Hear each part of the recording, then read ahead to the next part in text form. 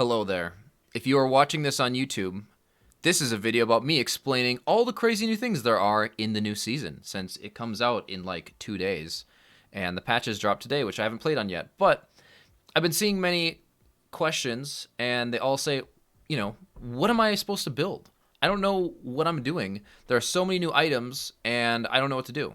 So I am here to help explain what I think for me, and that might not be what's best for you. Everyone has to find out what they're going to do. And whatever is helping you win games is what you should be doing. But I'm going to explain my thought process, right? We have this lovely chart here. We had something similar to this last season, but it was more item-based. Now it's more mythic and build-based.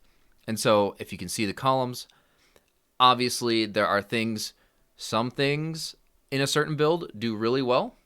Some things do really poor. It depends on what you need in that game. So, like, for example, Kraken Slayer, it says S. Yes, I love it. Really good at clearing, really good at damage. You get the dead mans, you move fast, you have armor, you have HP, you have an on-hit slow and damage. Very nice combo. Obviously, I like it a lot. It has clear speed, right? But, how is it in the late game? Does it heal? Do you actually live long enough to do any of that stuff I just said? Does it help your team in some way? And is it good versus different matchups? And you can't just, it's not like there's a lot of champions in the game that, they can just build one thing every single game. Like, ooh, I'm going to build Gore Drinker 50 games in a row and I'm going to win all 50 of those games. That's not what Taric does. There's a lot of different matchups. And for a normal jungler, they might look at the enemy team comp and they'll say, I can't play Taric jungle this game. I have to play something else. But I don't have that choice. I play Taric, and so I have to change Taric to do whatever I want Taric to do. So here's my ideas.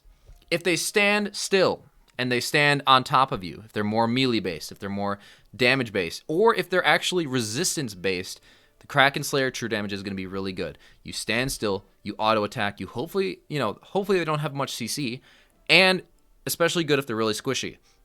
But you have to understand that just because they're squishy doesn't mean you should be going Kraken Slayer. Yes, you can kill them if they're squishy, but a lot of squishy champions are also very good at kiting.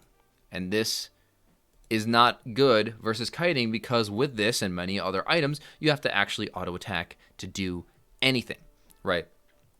For example, if I was going on the exact flip side of that, and I was going to say, hey, the enemy team does only kiting, and that's all they do. So what am I going to do against that? Well, I'm going to try to get near them as fast as I can, right? You can go Glacial Chem Tank, and you can run them down, and you can live, you can run at them, you can slow them, you can help your team CC the enemy, and make those super kite-heavy, squishy champions stop moving. It's really good for that. Or you can go the other route of, I don't even want to run at them. They do so much damage and they kite me so hard that I don't even want to get near them. Sometimes, with that, you might want to go something like Moonstone, where it's like, I'm not really farming that well. I'm not really, doing that much damage, but I can stand still over a wall and I can heal somebody or heal somebody from far away, and they can get a ton of healing for free. Really, really good just to keep people alive from burst. And, something like Bork Sunfire. Sunfire is generally good. It's just kind of hard to build, and Bork can be good. It's really good for damage. It's a lot like Kraken Slayer. But of course, this does damage based on tanks, and for this to work, you have to be near them. So you're going to want to take this into high HP tanks. You really want, if you're facing tanks, you go max HP damage. If you're facing resistance, you go true damage. If you're facing people who run away, you want to slow them. Or if you have really good teammates, you want to keep them alive, right? Or if you want to do something crazy, right? You want to be fast. You want to be the speediest Taric you've ever seen. You might want to even do something like this if you're crazy like me. And I found that this is really good for pick comps. Like you have a Blitzcrank, Morgana, Twisted Fate, Pantheon. Something that as soon as you get CC off on one person, your team can chain CC them, right? And with Phase Rush, you can have the movement speed to go in or out depending on the situation. You're facing like Udyr, for example, and you don't want to go PTA or Glacial since he's just going to stand still and auto you to death, right?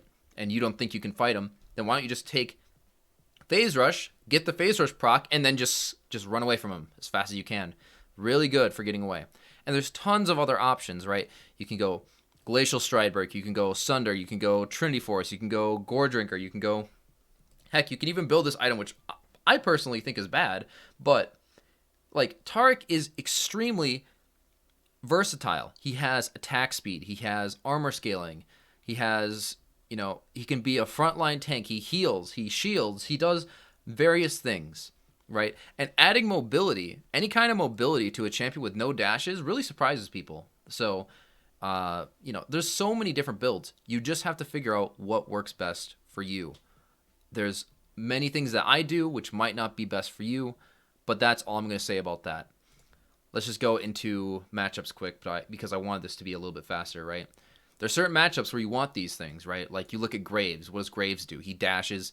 He might dash a lot if he's building Gale Force. He might dash a little if he's building something else, right? You know, do you think you can 1v1 Graves? Do you have the confidence to 1v1 Graves? If you do, sure, go for Kraken Slayer. Go nuts.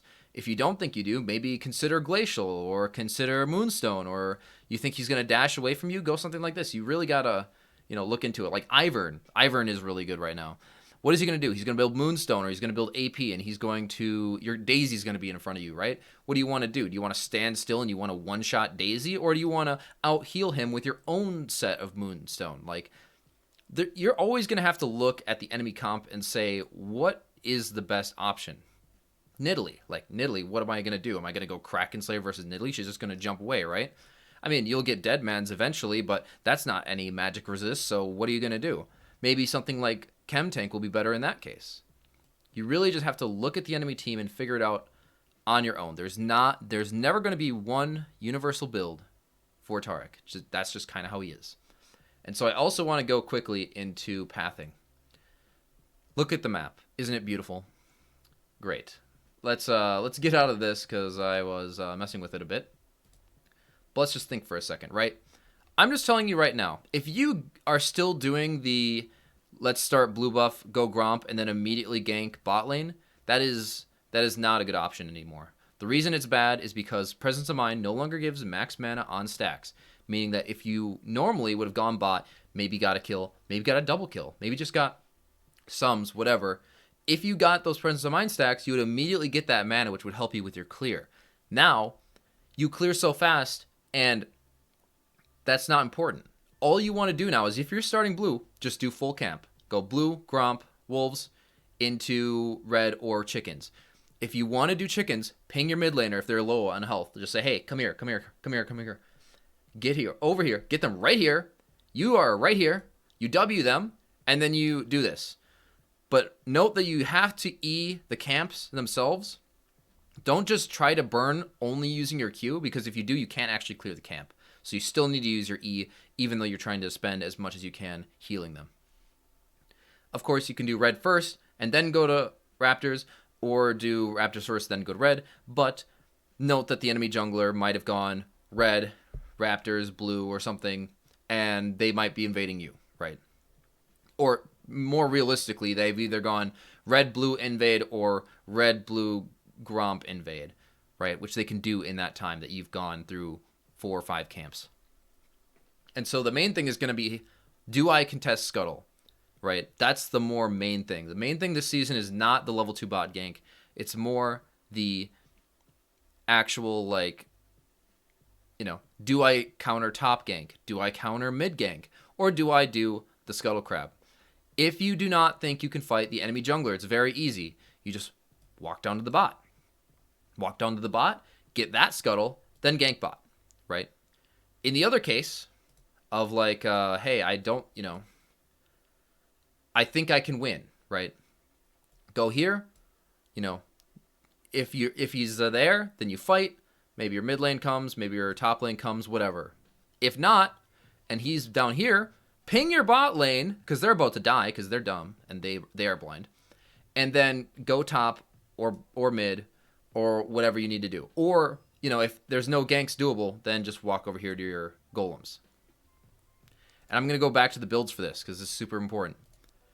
These items, They have certain components that build into them. Like Kraken Slayer has Noon Quiver, and Bork has Recurve Bow, and of course, this has Cinder.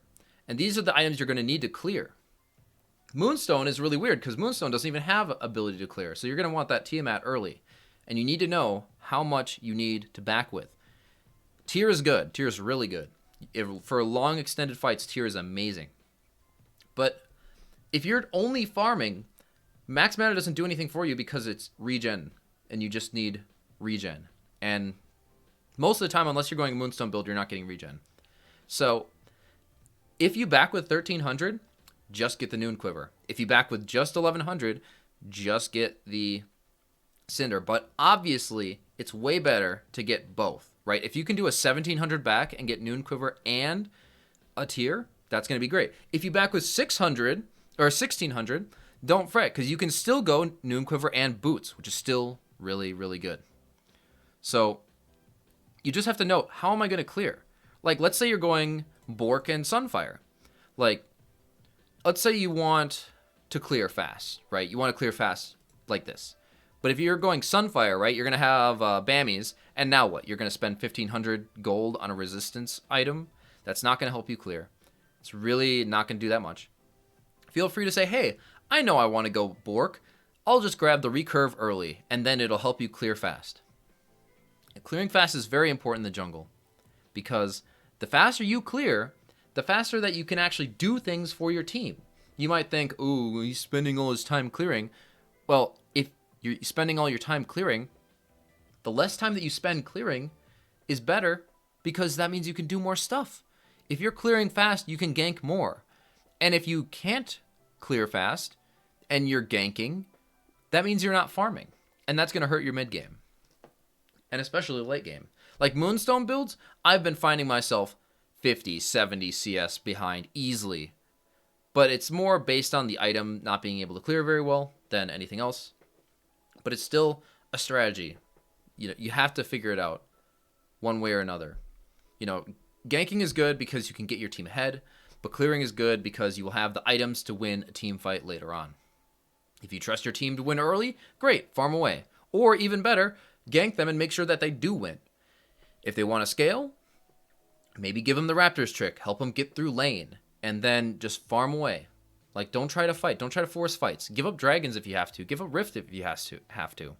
But, like, you know, a lot of the time for me, I'm building to full clear. Dragon spawning, I'm on it. Rift is spawning, give it to me.